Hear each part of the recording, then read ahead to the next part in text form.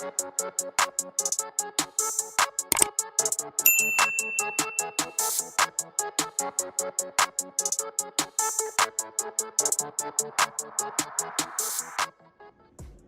what is going on YouTube? Welcome back and welcome to Chris Wrestling Views here on YouTube.com. Make sure you guys like, comment, and subscribe to my YouTube channel. It is 100% free, so join today. Click subscribe and click that post notification bell and select all so you won't miss any of my videos that I upload. And also share my content as well, you guys. Whichever video you watch, just share it and get people into Chris Wrestling Views. So gonna be talking about WWE Summerslam, going over the matches, giving my thoughts and opinions of the matches, how they could have been better, what made me mad, and so on and so forth. But we had the Raw Tag Team titles on the line for the first match, you guys. We had RK Bro versus Omos and AJ Styles. I'm not really going to talk about that pre-show match because it was pointless. So AJ Styles, he was basically trying to roll up Randy Orton. And as soon as AJ Styles turned around, Randy Orton just ran behind him with the RKO and planted AJ Styles right where he stand. And you guys, I have to say that the RK Bro definitely does seem like a good little tag team that they can progress with. And I know Riddle probably is gonna hit the RKO and all that good stuff, but I think this is definitely a good start for Riddle right now. And it's kind of weird that he doesn't wear shoes, but then again, you guys, he's definitely a good wrestler, but his gimmick thing with him acting the way he acts is different. But they were in his hometown of Las Vegas, Nevada tonight. I don't know why I always say last night, because I'm used to doing reviews the day after.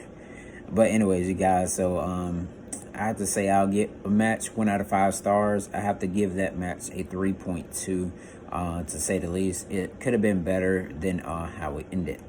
Second match of the night, we had Alexa Bliss versus Eva Marie, of course, with Doudrop as well. Alexa Bliss, she came out with her doll Lily. Eva Marie came out, of course, like I said, with Doudrop. And so with the match, you guys, it was basically Alexa Bliss having the upper hand. Eva Marie really was kind of getting beat up, I have to say the least. I really didn't even pay attention to the match, you guys, but I do know that Alexa Bliss ends up winning her match, and Doudrop grabs the mic from one of the guys on the side, and then said the loser of this match is Eva Marie. You know how that high-pitched thing goes, you guys. But you guys, also with that, I feel like Doudrop is definitely going to leave Eva Marie behind, and this may be the end of that. So wonder what is next for Alexa Bliss.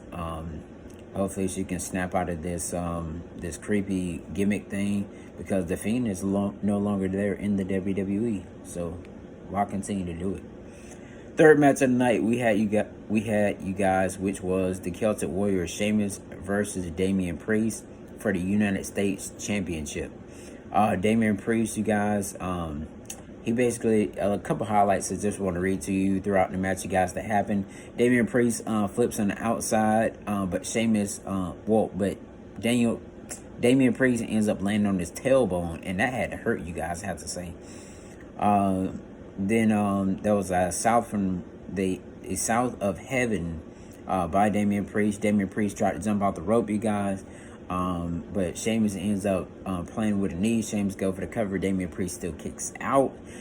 Priest rips out the mask of Sheamus as he was like in a leg lock submission type maneuver. And then that's when Damian Priest goes for this roundhouse kick type thing and goes for the reckoning of Damian Priest's finisher, and Damian Priest is your new United States champion. Definitely have to say that Damian Priest definitely deserves that opportunity to to be United States champion. And I feel as if they definitely keep the title on him, I'm definitely thinking he has a bright future ahead of him. He's he's young. He came out of NXT, and they should have they should have been called him up, you guys, before calling up Riddle, because he definitely has that skill set, with being in the ring. He's a very tall guy, and so yeah. Also, you guys, so with that match, Sheamus versus Damian Priest, I give that match like a three. I can give it a 3.5. Alexa Bliss and Eva Marie, I have to give that match a solid 2.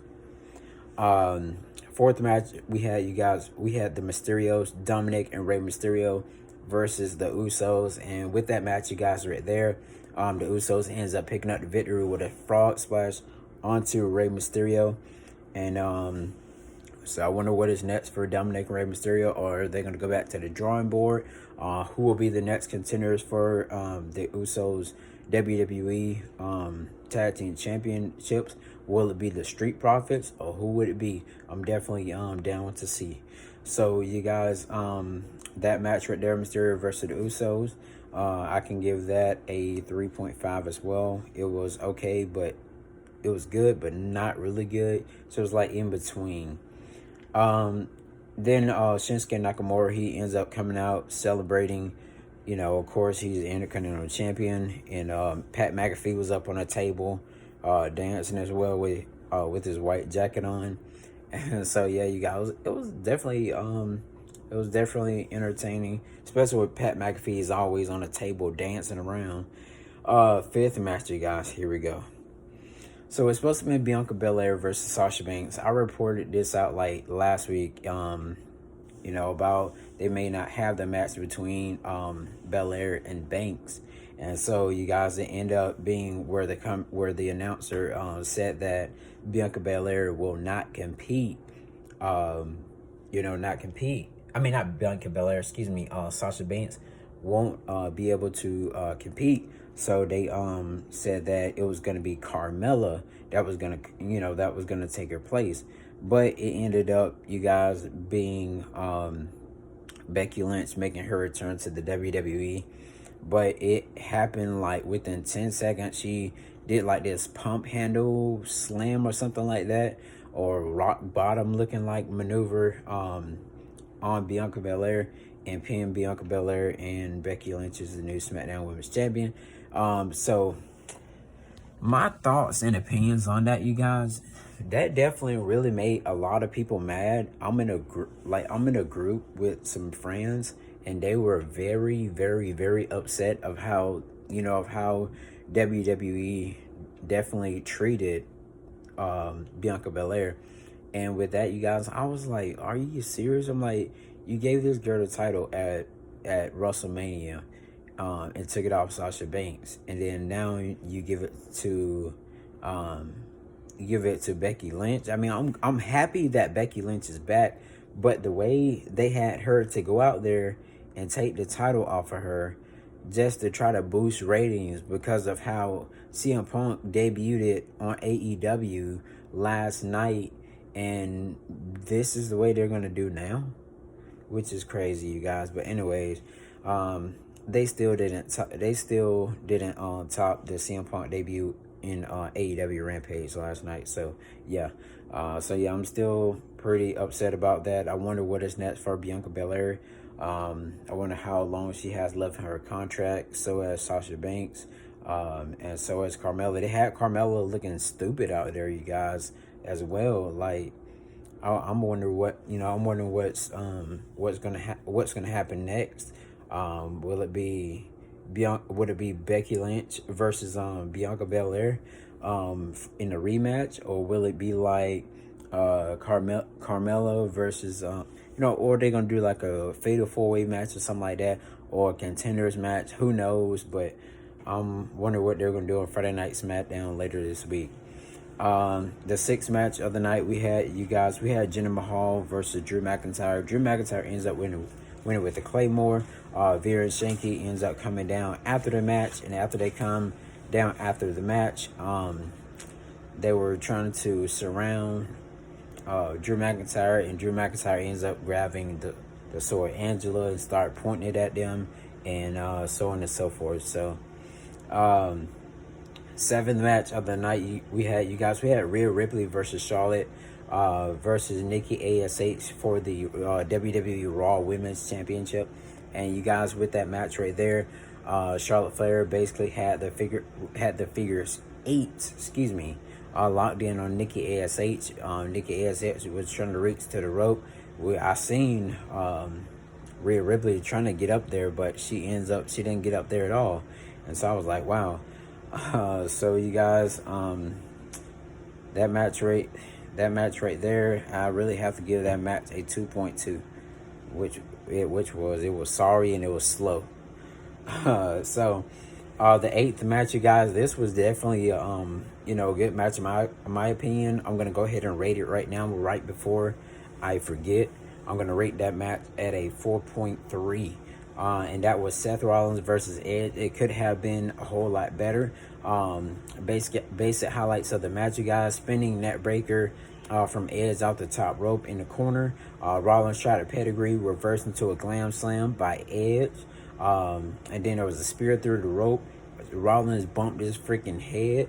And then Edge speared Rollins, but kicked out. Rollins tried a curb stomp, but Edge grabbed Rollins' foot and hit the execution.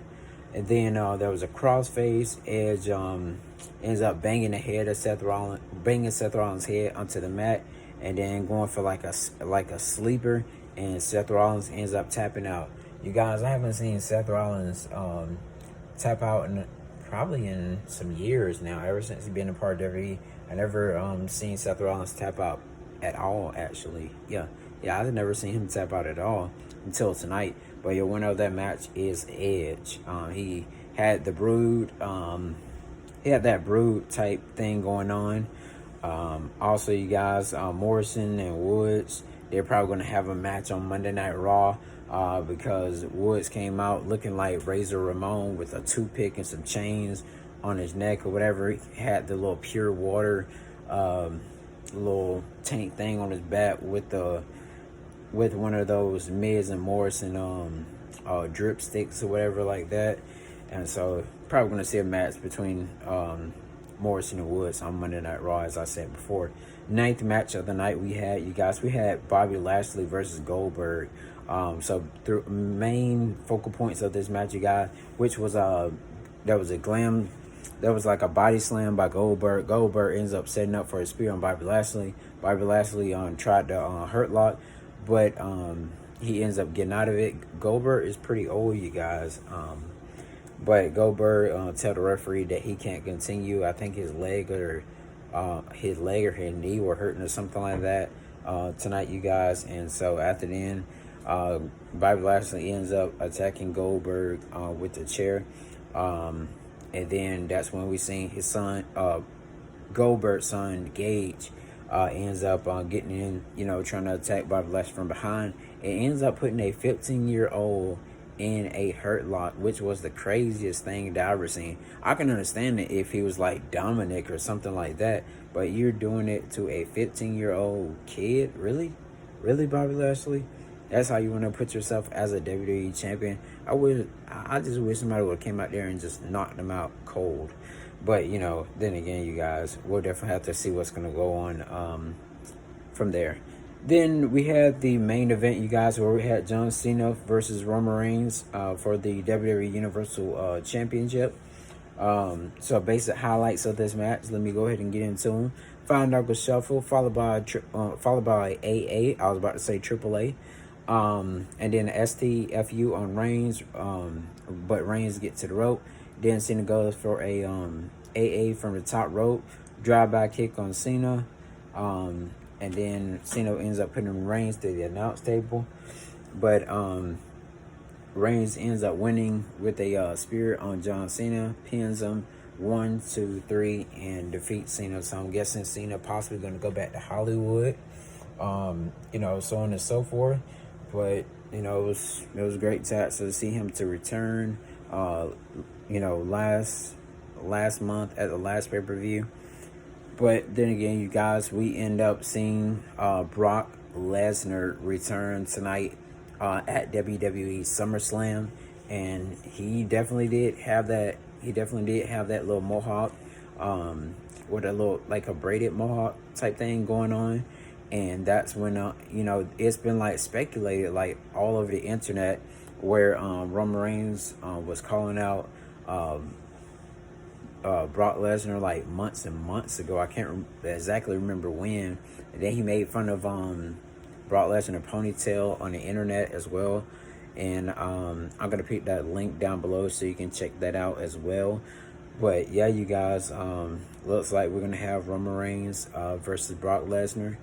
Hopefully, definitely gonna have to see if Reigns could put over Bobby not Bobby Lashley. Why do I keep thinking of Bobby Lashley? If Reigns is gonna put over Brock Lesnar. I don't know how I get Bobby and Brock mixed up, but anyways, you guys, the show, 1 out of 10 stars. I would have to give it a 6.5. I can't give it nothing higher than that because most of the matches suck, but it was a great thing to see Brock Lesnar return and have that great match between Seth Rollins and Edge. So yeah, you guys, make sure you like, comment, and subscribe. Comment down below what you thought about the show. How could it have been better? What could they have done? Should Biggie could have cashed in on Bobby Lashley or something like that? Should they have not did Bianca Belair so dirty and so wrong to where they made her lose her title after having it for so long, hyping the crowd up, saying that how she won the belt and how long she would keep it. But you guys, I mean, that was just crazy. So I feel like there's something definitely going to go down backstage, with Carmella, Belair, and maybe even Sasha, but we definitely have to see. Thank you guys so much for tuning in to Chris Wrestling Reviews here on YouTube.com. I really do appreciate you guys' support, and I will see you guys in my next video. Yeah, I might do the NXT TakeOver 36 review as well when it comes on tomorrow night, 8/7 Central on Peacock. Make sure you guys go ahead and get Peacock. It's only about $4.99, $5.99, but that's with ads, or you can get the one without ads for basically $9.99, which is $10 a month. So go ahead and get that now, you guys. Thank you guys so much, and I'll see you guys in my next video. Subscribe.